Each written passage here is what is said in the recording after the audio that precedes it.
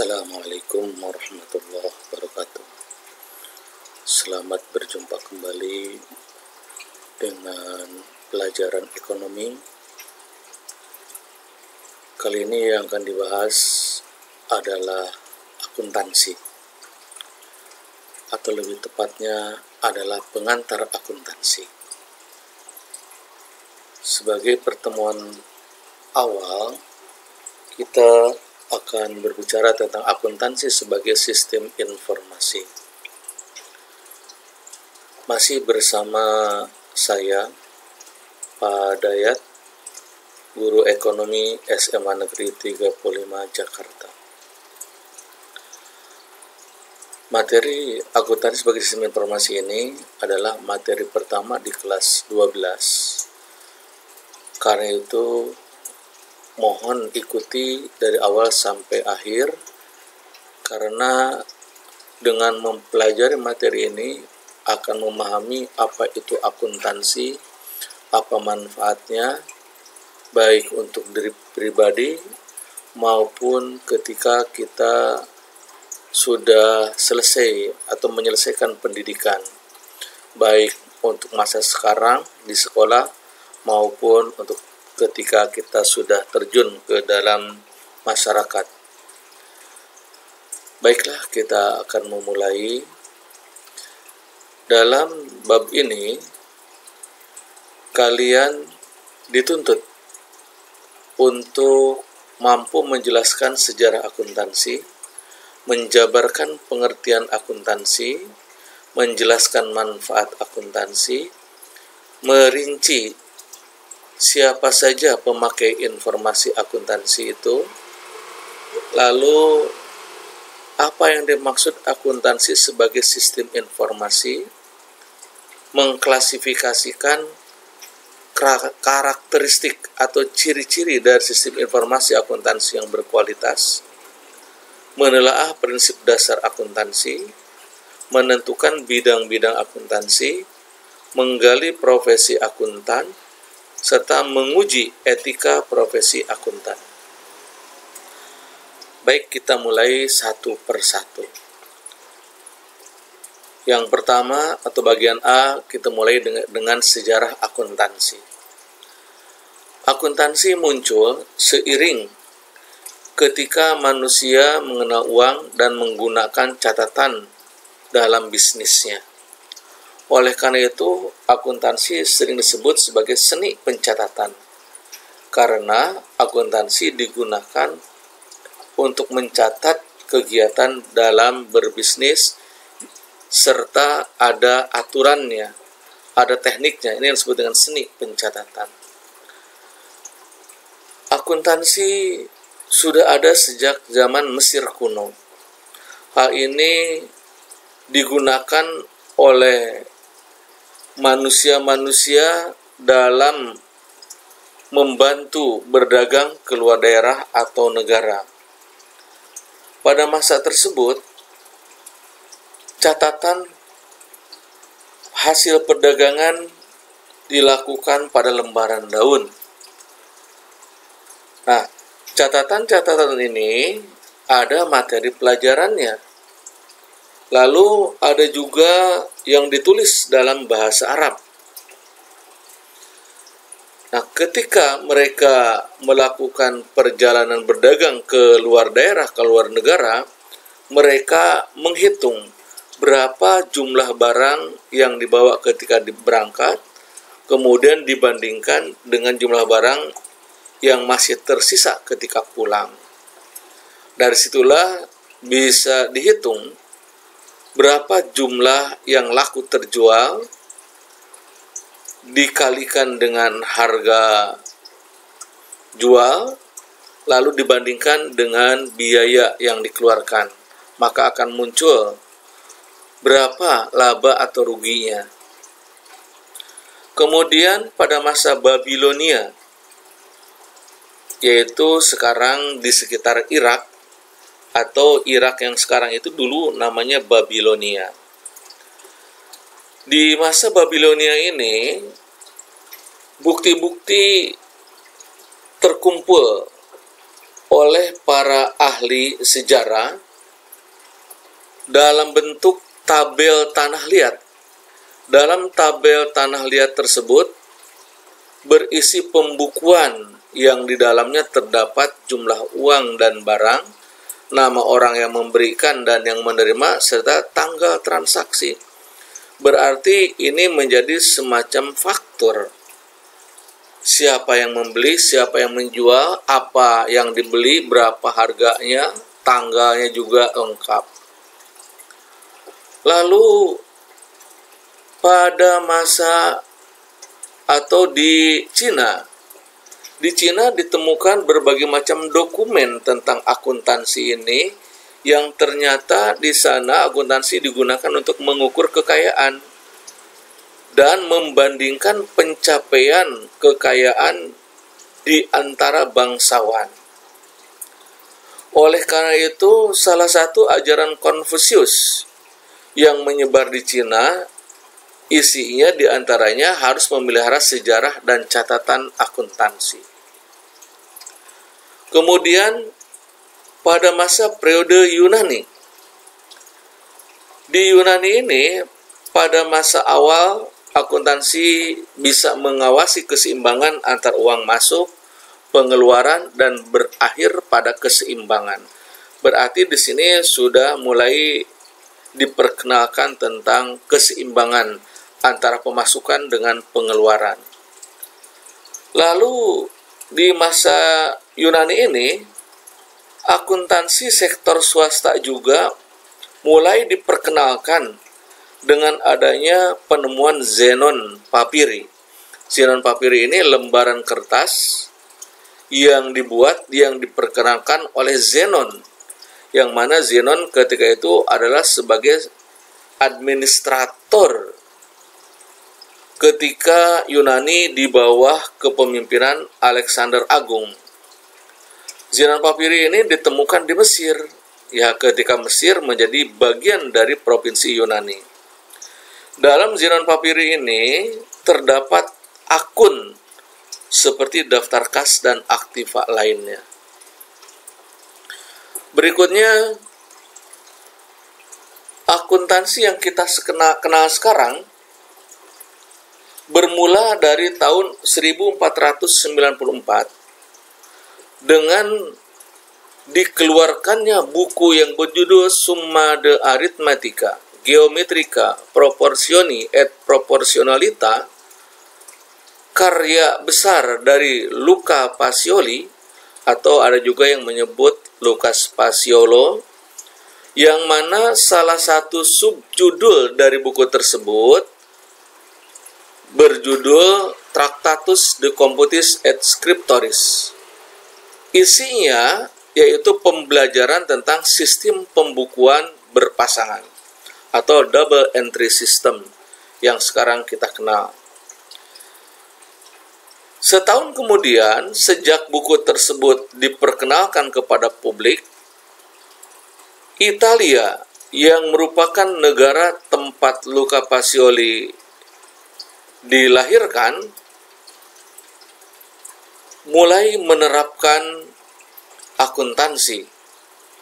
Jadi, akuntansi secara resmi mulai diterapkan di Italia setahun setelah Luca Pacioli memperkenalkan buku Summa de Arithmetica, Geometrica, Proportioni et Proportionalita, yang mana salah satu subjudulnya Tractatus de Computis et Scriptoris berisi tentang sistem pembukuan berpasangan. Kemudian setelah Perang Dunia Kedua, sistem akuntansi berkembang terus. Dan namanya pun disesuaikan dengan nama atau negara yang mengembangkannya. Seperti sistem Anglo-Saxon di Amerika Serikat dan Inggris, serta sistem kontinental di Belanda.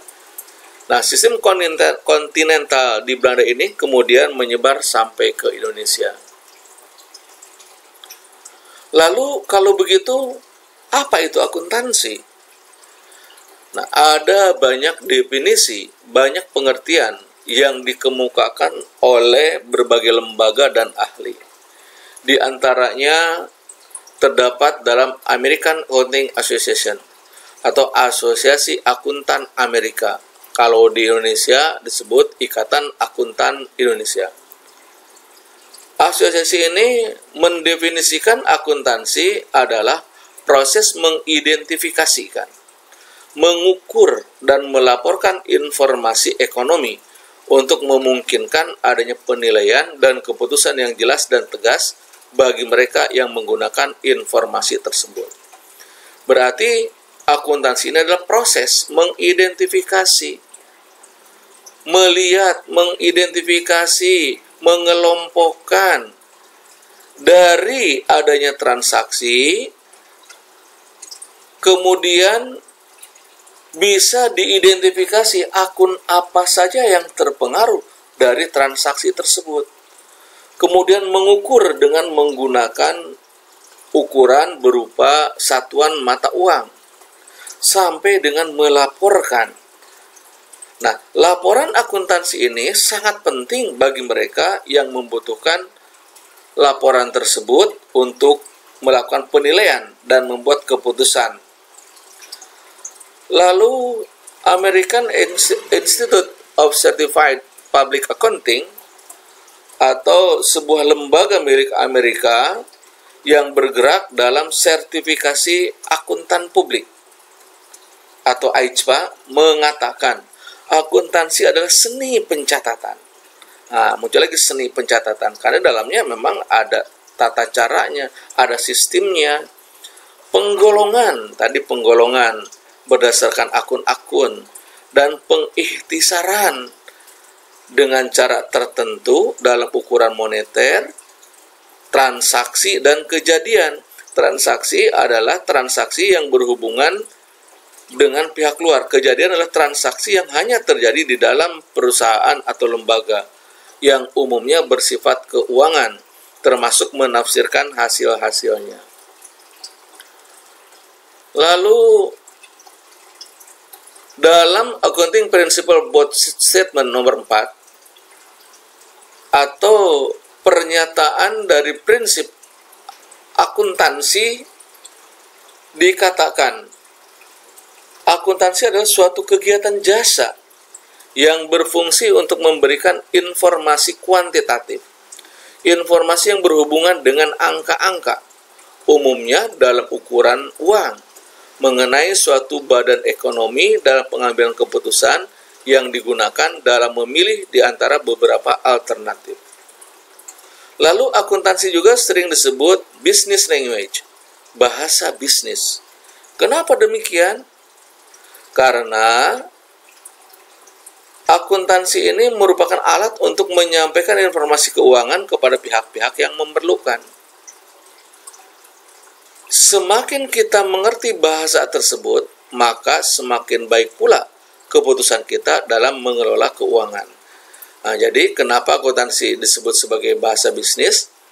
Karena semakin kita memahami bahasa akuntansi, maka akan semakin baik keputusan kita dalam mengelola bisnis, khususnya yang berhubungan dengan keuangan. Kemudian, akuntansi ini bisa juga kita definisikan secara lebih luas, atau bisa dikatakan kesimpulan dari pernyataan lembaga-lembaga tadi. Akuntansi adalah rangkaian kegiatan, jadi berarti ada bermacam-macam kegiatan dalam mencatat. Mencatat apa? Mencatat transaksi, mengukur dari yang ditransaksikan, mengidentifikasi, menggolongkan, mengelompokkan ke dalam akun-akun, lalu menyajikan serta melaporkan aktivitas transaksi keuangan. Fungsinya untuk menghasilkan informasi keuangan yang dapat dibaca dan dipahami oleh pihak-pihak yang berkepentingan. Nah, inilah kata-kata dapat dibaca dan dipahami oleh pihak-pihak yang berkepentingan. Sebelum ada akuntansi yang dikemukakan oleh Luca Pacioli, setiap negara, setiap pengusaha punya laporan keuangan sendiri, tapi umumnya hanya bisa dibaca dan dipahami oleh yang membuat. Yang lain tidak bisa membaca dan memahaminya. Karena itu muncullah akuntansi yang kita kenal sekarang. Lalu pengertian akuntansi ini banyak juga dikemukakan oleh para ahli akuntansi. Tentunya pendapatnya berbeda-beda, tapi walau berbeda-beda, intinya berhubungan dengan pencatatan, pengukuran, pengidentifikasian sampai dengan menyusun laporan keuangan. Ini pengertian akuntansi. Sampai pengertian akuntansi, apakah bisa dipahami?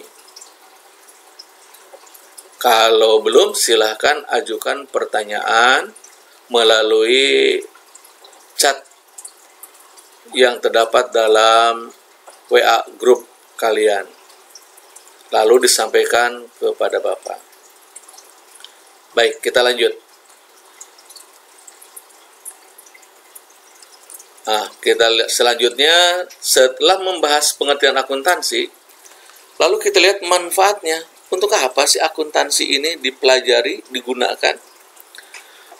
Ada banyak manfaat dari akuntansi ini, tergantung kepada siapa yang memanfaatkannya. Yang pertama, untuk perencanaan, koordinasi, pengawasan, serta pengendalian.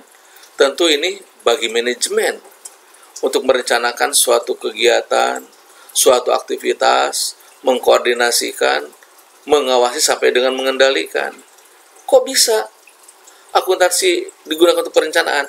Maksudnya dengan adanya laporan keuangan, maka pihak manajemen bisa melihat tentang keberhasilan atau kegagalan suatu usaha, laba atau rugi usaha, yang mana tindak lanjut dari laporan itu bisa kita gunakan untuk merencanakan kegiatan selanjutnya sampai dengan mengendalikan supaya lebih baik lagi di masa yang akan datang. Dari manfaat yang pertama ini, maka akuntansi juga bisa digunakan untuk menetapkan aktivitas perusahaan. Jadi kalau rencananya sudah ada, tinggal aktivitasnya dilakukan. Akuntansi juga bisa dijadikan sebagai dasar untuk menghitung berapa besar pajak yang harus dibayar perusahaan kepada negara. Karena perhitungan pajak itu memperhatikan laba dari perusahaan, dan laba perusahaan bisa terlihat dari laporan akuntansi atau laporan keuangan. Kemudian akuntansi bisa juga digunakan sebagai dasar pertimbangan yang dilakukan oleh kreditur dalam memberikan pinjaman. Jadi dengan adanya laporan keuangan, maka laporan keuangan tersebut bisa dijadikan oleh kreditur sebagai alat untuk mempertimbangkan pemberian pinjaman. Karena itu dengan adanya laporan keuangan bisa juga digunakan untuk memperoleh pinjaman dari kreditur. Kemudian menyediakan informasi keuangan bagi investor. Investor, pihak yang menanamkan modal di perusahaan kita juga perlu mengetahui laporan keuangan. Dengan demikian, seorang investor akan menambah, menarik, atau mengembalikan atau menarik kembali modal yang sudah di-store. Jadi bisa saja dengan adanya laporan keuangan ternyata perusahaan ini laba terus, maka modal ditambah oleh investor. Sebaliknya kalau rugi terus, bukan tidak mungkin modal dikurangi, bahkan di-stop oleh investor. Laporan keuangan atau akuntansi juga bisa menjadi bahan pertimbangan bagi rekan bisnis. Rekan bisnis, nah ini menjadi pihak yang penting bagi perusahaan kita. Dan rekan bisnis ini, namanya bisnis berarti akan memperhitungkan keuntungan yang akan dia peroleh. Nah, dari mana dia melihat itu semuanya? Tentu dari laporan keuangan.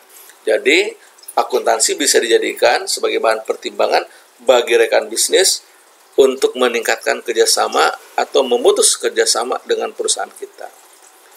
Dan yang terakhir, manfaat akuntansi merupakan alat pertanggungjawaban bagi pengelola usaha kepada pemilik usaha. Berikutnya kita lihat pemakai informasi akuntansi. Nah, siapa saja yang butuh informasi akuntansi? Nah, pemakai informasi akuntansi ini bisa kita kelompokkan menjadi dua bagian. Yang pertama disebut pihak intern, yang kedua pihak ekstern. Pihak intern berarti pihak di dalam perusahaan. Yang pertama manajer, tentu yang mengelola. Yang kedua adalah pemilik perusahaan, apabila perusahaannya berbentuk perusahaan perseorangan. Sementara kalau perusahaannya perusahaan bersama, apalagi berupa PT, nah pemilik perusahaan ini termasuk ke dalam pihak ekstern. Bagi pemilik perusahaan, informasi akuntansi sangat penting untuk menilai kinerja para manajer, menilai pengelola usaha. Apabila dari laporan keuangan terlihat keuntungan yang besar, laba yang besar, maka pemilik perusahaan bisa saja mempertahankan pengelola atau manajer dari perusahaan tersebut, menaikkan gajinya. Sebaliknya, bila perusahaannya rugi, bukan tidak mungkin keberadaan atau kerjasama dengan manajer dengan pengelola perusahaan tersebut dipertimbangkan ulang, bahkan bukan tidak mungkin diganti. Lalu bagi manajer, laporan keuangan itu penting untuk melihat hasil kinerjanya. Kalau laba, bagaimana meningkatkan ke depannya. Kalau rugi, bagaimana mengubah tata kerja dari mulai perencanaan sampai dengan pengawasan, supaya tidak rugi kembali. Lalu bagi karyawan, laporan keuangan ini penting untuk melihat seberapa besar keuntungan yang didapat oleh perusahaan tempat dia kerja. Dari situlah dia bisa mempertimbangkan mungkin untuk minta kenaikan gaji atau meningkatkan kesejahteraan lainnya seperti tunjangan-tunjangan. Jangan sampai ada karyawan yang melakukan demo minta kenaikan gaji padahal perusahaannya rugi. Nah, karyawan yang demikian berarti tidak memahami laporan keuangan dari perusahaannya. Oleh karenanya, karyawan pun perlu tahu isi laporan keuangan dari perusahaan di mana dia bekerja.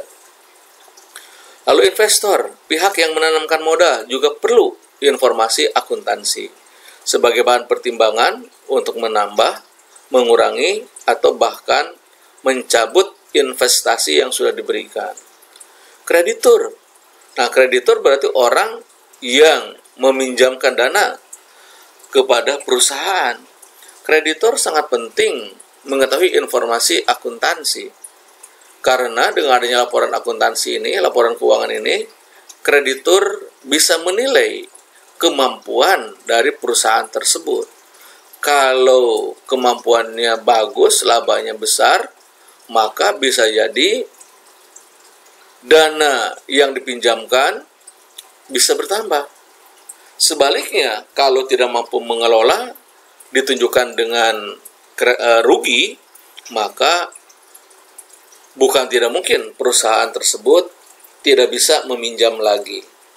Lalu bagi pemerintah, butuh informasi akuntansi ini sebagai bahan untuk menghitung berapa pajak yang akan diterima dari perusahaan. Lalu bagi pelanggan, laporan keuangan atau laporan informasi akuntansi ini menjadi penting, terutama pelanggan yang betul-betul pelanggan yang sangat berkepentingan terhadap perusahaan tersebut. Jangan sampai ketika kita butuh, perusahaannya bangkrut. Nah, pelanggan pun harus tahu supaya tidak terjadi hal demikian. Pemasok juga demikian. Pemasok bahan baku, pengirim bahan baku juga harus tahu kondisi keuangan perusahaan melalui laporan keuangannya. Jangan memasok terus tapi nggak dibayar-bayar. Lalu lingkungan masyarakat. Lingkungan masyarakat juga perlu tahu informasi akuntansi atau laporan keuangan milik suatu perusahaan. Ini hubungannya dengan CSR atau Corporate Social Responsibility. Bentuk tanggung jawab perusahaan atau lembaga kepada masyarakat. Tanggung jawab sosialnya bagaimana? Nah, ini Ini tentang pemakai informasi akuntansi. Berikutnya yang harus kalian pahami adalah kenapa akuntansi dikatakan sebagai sistem informasi. Tadi pengertian akuntansi sudah kita bahas. Sekarang kita lihat apa itu sistem informasi. Nah, sistem ini merupakan satu rangkaian yang terdiri dari bagian-bagian yang lebih kecil, yang mana antar bagian itu saling terkait. Satu bagian tidak ada, maka sistem tidak jalan. Nah, sistem informasi berarti terdiri dari subsistem, terdiri dari bagian-bagian yang bisa digunakan untuk memasok informasi. Nah, akuntansi sebagai sistem informasi, karena akuntansi ini terdiri dari subsistem, terdiri dari berbagai macam prosedur, berbagai macam langkah, ada struktur yang rinci dan teratur, yang mana bagian-bagian tersebut bila dirangkai dari awal mulai pencatatan sampai dengan laporan keuangan, itu akan menjadi sumber informasi yang bisa digunakan untuk mengambil suatu keputusan. Nah, akuntansi bertujuan memberi informasi mengenai data dan gambaran kondisi sebuah perusahaan atau lembaga. Informasi tersebut secara struktural, rinci, teratur, dan saling terkait atau tersistem. Nah, sistem informasi akuntansi memuat data sebuah perusahaan atau lembaga yang berisi tentang besarnya harta, kewajiban, modal, pendapatan, dan beban. Oleh karena itu, tujuan sistem informasi akuntansi berkaitan dengan transaksi internal dan eksternal perusahaan atau lembaga dalam kegiatannya sehari-hari. Tuh 5 bagian.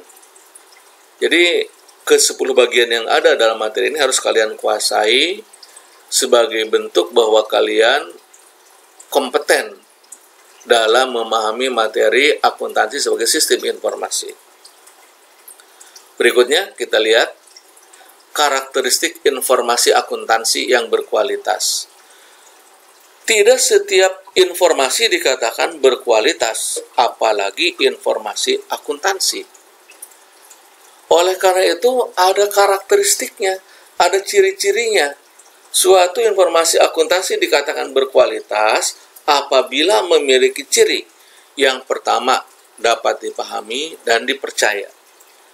Tadi ketika akuntansi dibuat oleh tiap-tiap negara, oleh tiap individu yang melakukan transaksi, mengakibatkan laporan keuangannya hanya dipahami oleh yang membuat.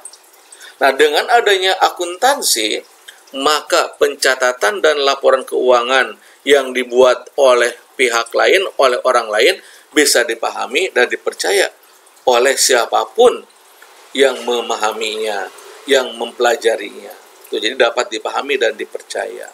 Lalu relevan. Informasi akuntansi ini relevan, ada hubungannya dengan kegiatan transaksi yang terdapat dalam suatu lembaga atau suatu perusahaan.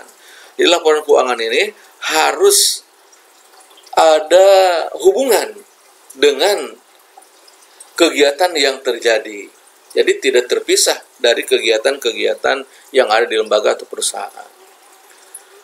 Lalu informasi akuntansi ini harus andal, yaitu menyajikan apa yang seharusnya disajikan.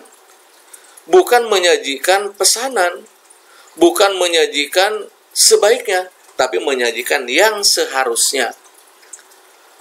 Berikutnya, informasi akuntansi ini dikatakan berkualitas apabila dapat diperbandingkan. Karenanya, setiap laporan keuangan biasanya disandingkan, didekatkan, bersebelahan antara tahun yang dilaporkan dengan tahun sebelumnya. Itu untuk membandingkan tentang perubahan-perubahan yang terjadi. Ada kenaikan ataukah penurunan dalam pendapatan, dalam beban, dalam harta, dalam utang maupun dalam modal. Berikutnya, informasi akuntansi ini harus tepat waktu, sesuai dengan kebutuhan. Umumnya laporan akuntansi ini Dibuat dikatakan berkualitas apabila dibuat paling lambat 3 bulan setelah tutup buku. Itu dikatakan tepat waktu. Lalu laporan keuangan ini memiliki nilai prediksi. Artinya dari laporan keuangan, seseorang yang membutuhkan laporan keuangan ini, seperti manajer, pemilik perusahaan, kreditur, investor, bisa memprediksi ke depannya perusahaan tersebut mau bagaimana, apakah akan semakin untung ataukah rugi. Ini disebut dengan memiliki nilai prediksi. Lalu laporan keuangan tersebut harus dapat diuji. Artinya, siapapun yang menyusun laporan keuangan ini, apabila disusun ulang oleh pihak lain, maka hasilnya akan sama. Ini artinya dapat diuji. Kemudian netral. Informasi akuntansi dikatakan berkualitas apabila netral, tidak memihak kepada golongan, tidak memihak kepada pribadi seseorang, tapi memihak kepada kebenaran data yang ada. Itu netral. Kemudian mengandung umpan balik. Dengan adanya informasi akuntansi yang berkualitas, maka pihak-pihak yang berkepentingan bisa melakukan feedback, bisa melakukan umpan balik terhadap kegiatan perusahaan atau lembaga untuk masa yang akan datang, berdasarkan pengalaman yang didapat dari informasi akuntansi. Dan yang tidak kalah penting, informasi akuntansi ini dikatakan berkualitas apabila cukup berarti. Nah, ini disebut material. Bahwa biaya untuk menyusun laporan keuangan itu tidak lebih besar dibandingkan dengan keuangan atau keuntungan yang diperoleh. Artinya, yang diperhitungkan cukup berarti. Dana yang diperhitungkan, dana yang dikelola cukup berarti. Kemudian kita masuk ke prinsip dasar akuntansi. Nah, prinsip dasar akuntansi di Indonesia disebut sebagai prinsip akuntansi di Indonesia. Prinsip akuntansi Indonesia ini ada sejak tahun 1984. Kemudian pada tahun 1994, Dewan Standar Nasional merumuskan suatu kerangka dalam prosedur pembuatan laporan keuangan agar terjadi keseragaman dalam penyajian laporan keuangan. Kerangka ini disebut Standar Akuntansi Keuangan. Jadi, prinsip akuntansi Indonesia yang disusun tahun 84 diubah namanya menjadi Standar Akuntansi Keuangan pada tahun 94, yaitu suatu kerangka dalam prosedur pembuatan laporan keuangan agar terjadi keseragaman dalam penyajian laporan keuangan.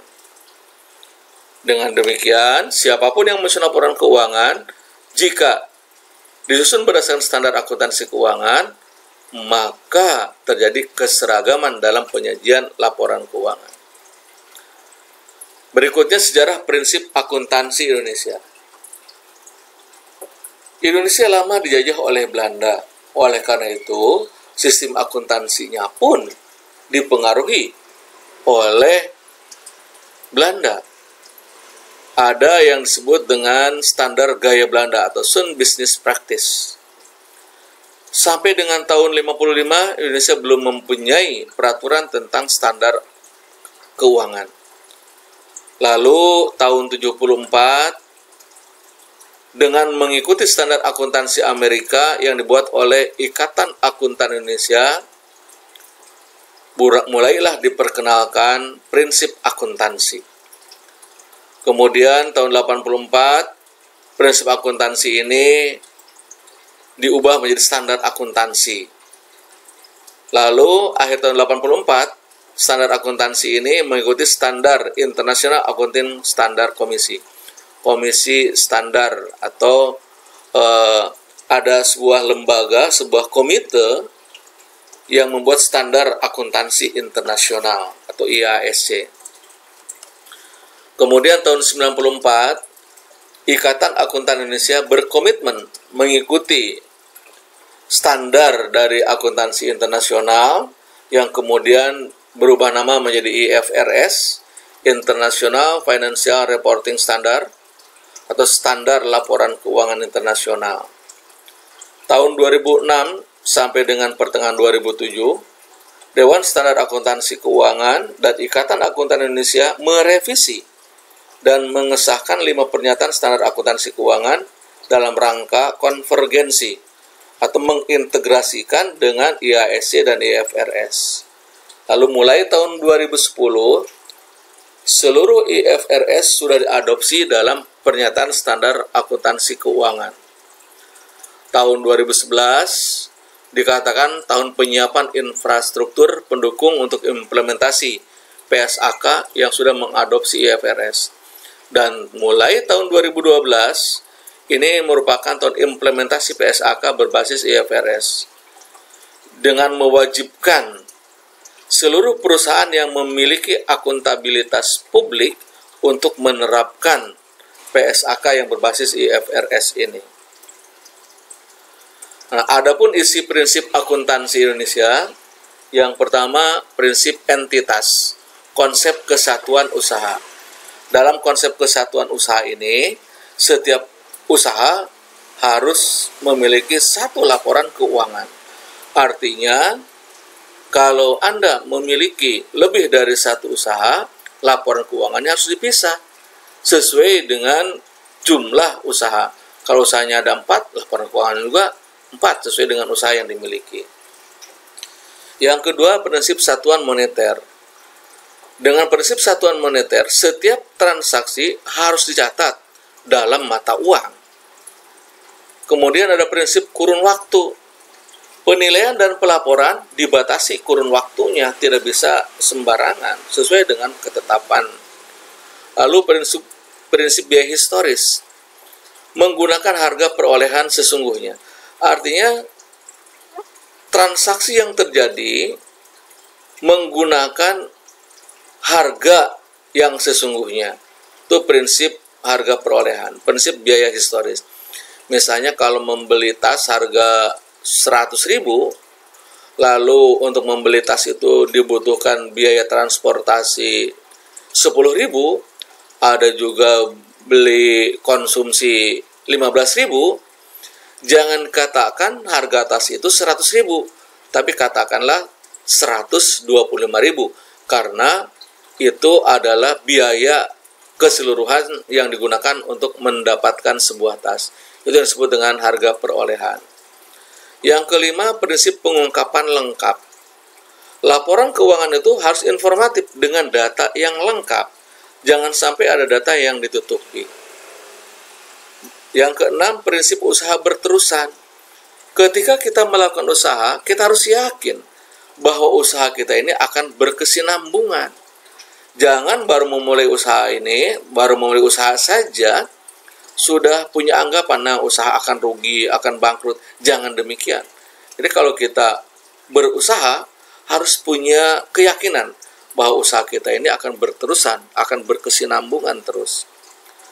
Berikutnya yang ketujuh, prinsip materialitas. Prinsip materialitas ini menyatakan bahwa setiap hal-hal yang penting dalam pengambilan keputusan harus dimasukkan dalam laporan keuangan. Yang kedelapan, prinsip konservatif, mengakui biaya yang mungkin terjadi, tapi tidak mengakui pendapatan yang belum terjadi.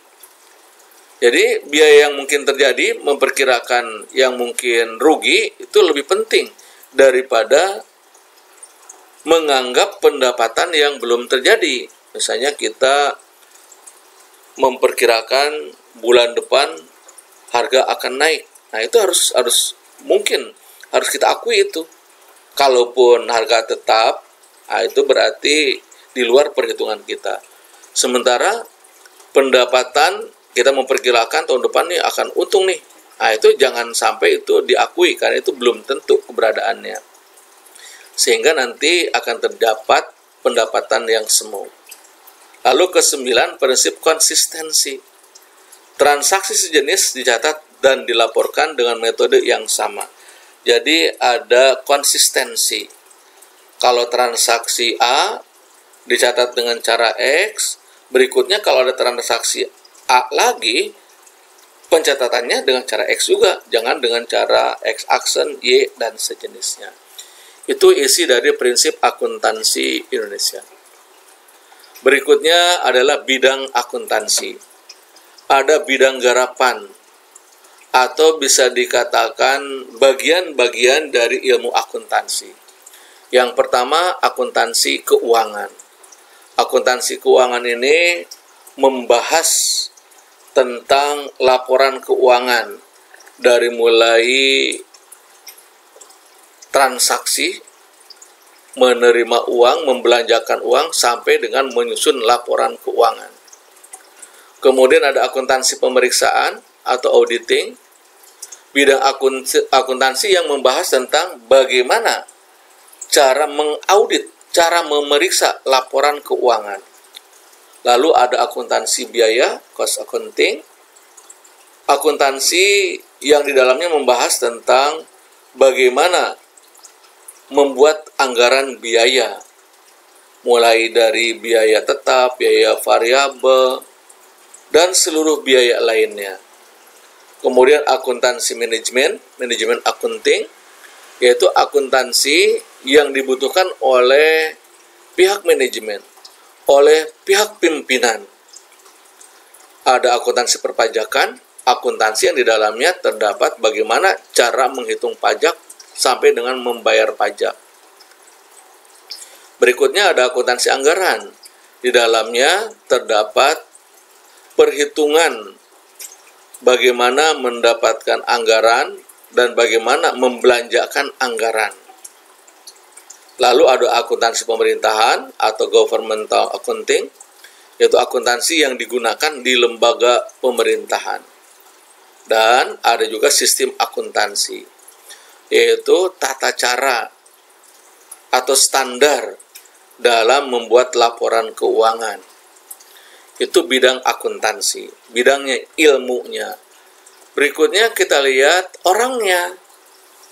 Orang-orang yang berprofesi yang ada hubungannya dengan akuntansi. Yang pertama disebut controller atau disebut juga accounting officer. Controller ini memiliki tanggung jawab atas penggunaan uang, baik yang telah digunakan, yang sedang maupun yang akan digunakan. Jadi dia bertanggung jawab mulai dari merencanakan sampai dengan melaporkan keuangan di sebuah perusahaan atau lembaga.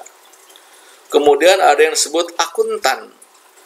Nah, akuntan ini ada akuntan keuangan, mencatat transaksi, kegiatan-kegiatan transaksi, baik transaksi intern, transaksi yang berhubungan dengan intern perusahaan atau disebut juga kejadian, maupun transaksi yang berhubungan dengan pihak ekstern atau pihak di luar perusahaan, sampai dengan menyusun laporan keuangan. Itu akuntan keuangan.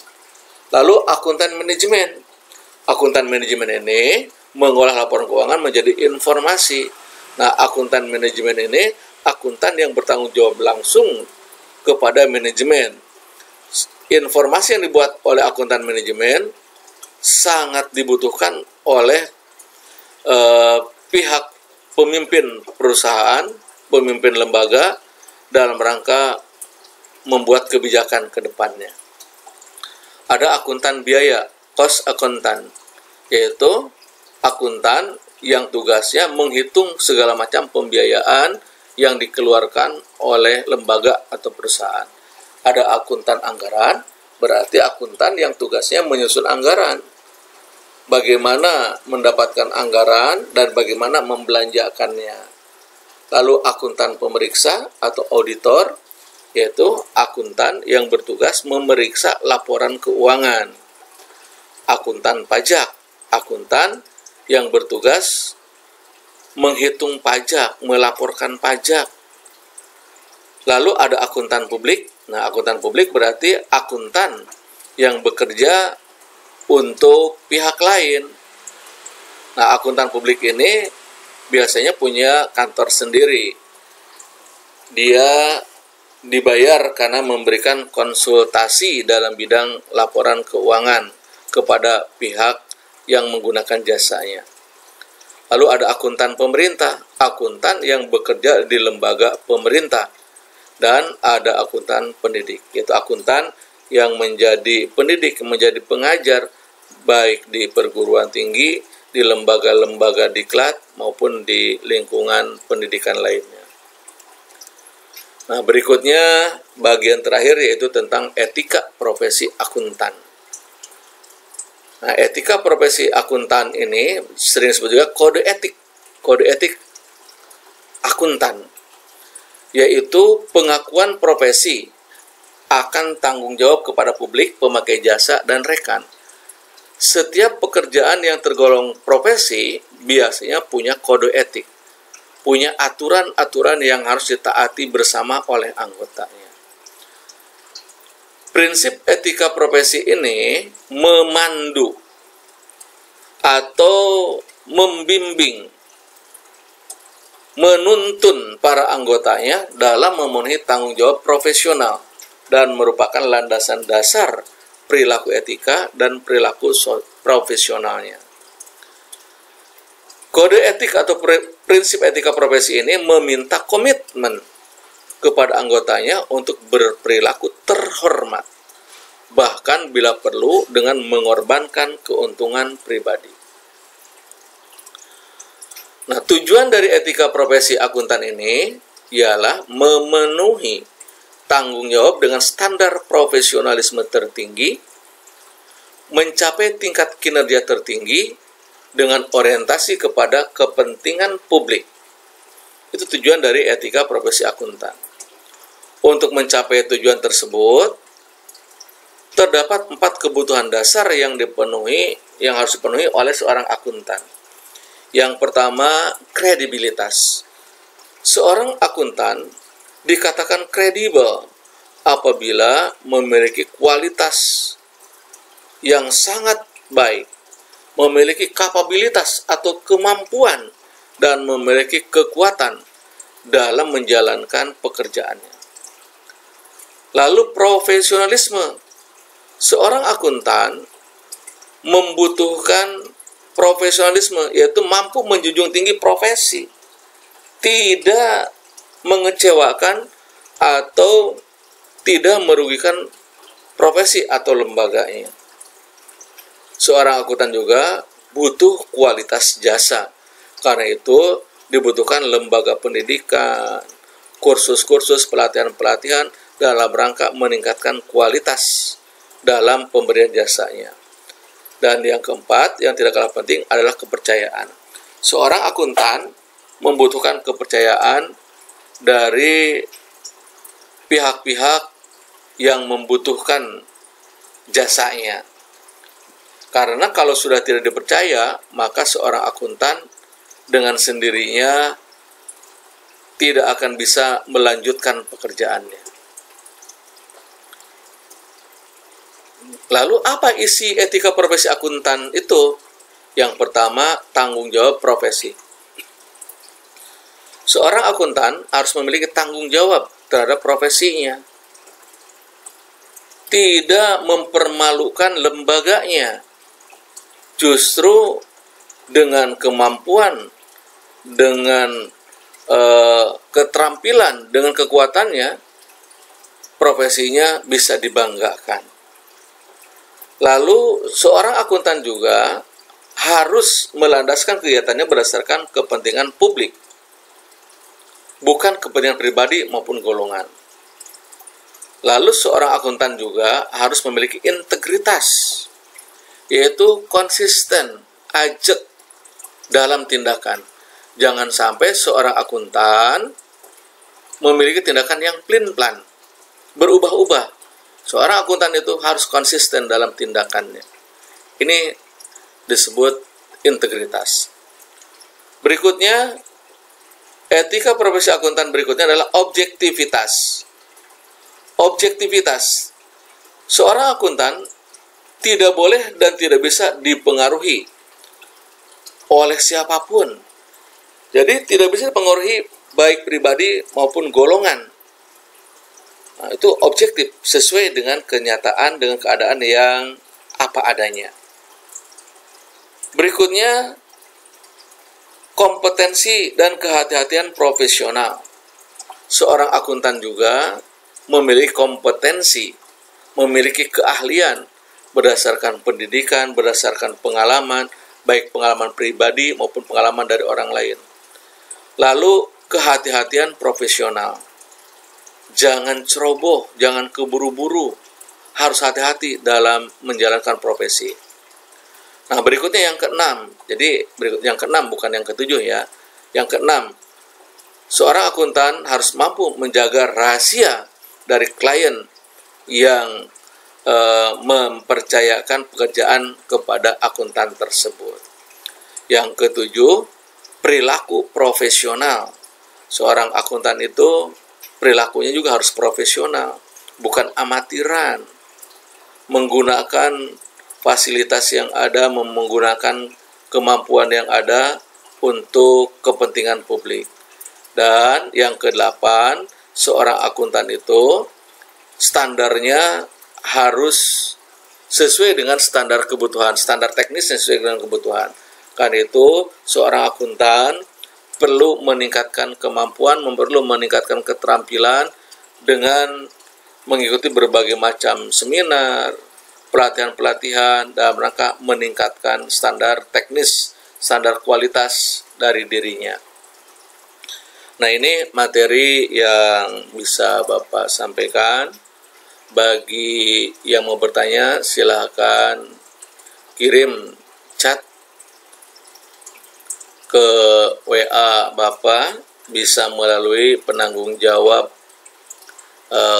mata pelajaran ekonomi di kelas masing-masing. Kalau ada latihan, silahkan kerjakan dengan sebaik-baiknya supaya kalian memperoleh nilai yang bagus. Nah, ini latihan dan tugas ini bagian dari nilai keterampilan. Nanti pekerjaan kalian dikirim ke email Pak Dayat, yaitu dayat@935jkt.sch.id. Jangan lupa setelah mengirim, aslinya kalian tempel di buku besar Anda. Jadi yang dikirim berupa foto dari pekerjaan Anda, aslinya ditempel di buku besar. Nah, yang ditempel di buku besar itu nanti akan diperiksa sebagai penilaian keterampilan, yaitu penilaian portofolio. Demikian yang bisa Bapak sampaikan pada kesempatan hari ini. Mudah-mudahan ada manfaatnya. Jangan pernah berhenti belajar, terus belajar, terus belajar. Insya Allah sukses menanti Anda di masa yang akan datang.